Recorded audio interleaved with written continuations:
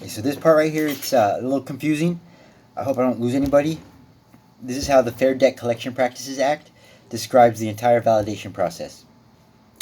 Section 809, Validation of Debts.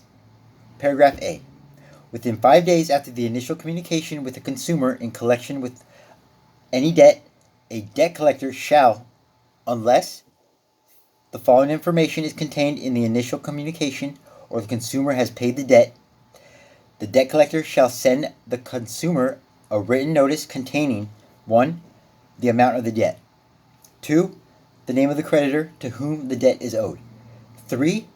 A statement that unless the consumer, within 30 days after receipt of the notice, disputes the validity of the debt or any portion thereof, the debt will be assumed to be valid by the debt collector. 4.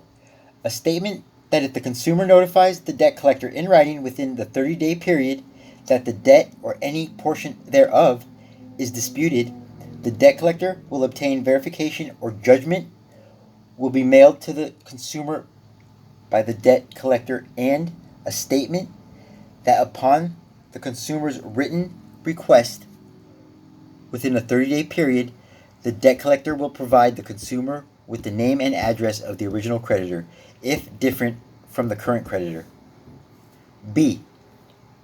If the consumer notifies the debt collector in writing within a 30-day period described in subsection A, this is where it gets confusing, the debt or any portion thereof is disputed, or that the consumer requests the name and address of the original creditor, the debt collector shall cease collection of the debt or any disputed portion thereof until the debt collector obtain verification of the debt or any copy of judgment, or the name and address of the original creditor and a copy of such verification of judgment or name and address of the original creditor is mailed to the consumer by the debt collector.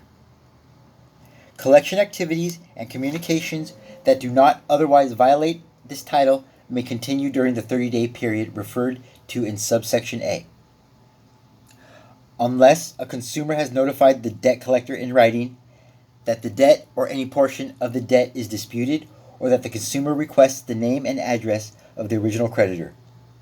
Any collection activities and communication during the 30-day period may not overshadow or be inconsistent with the disclosure of the consumer's right to dispute the debt or request the name and address of the original creditor. C. The failure of a consumer to dispute the validity of a debt under this section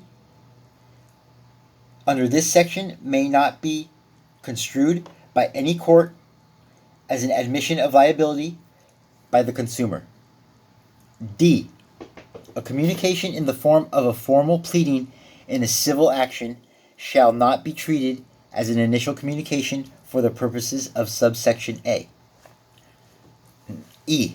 The sending or delivery of any form or notice which does not relate to the collection of a debt is expressly required by the Internal Revenue Code of 1986, Title V of Graham-Leach-Bliley Act, or any provision of federal or state and law relating to notice of data security breach or privacy, or any regulation prescribed under any such provision of law shall not be treated as an initial communication in connection with the debt collection for purposes of this section.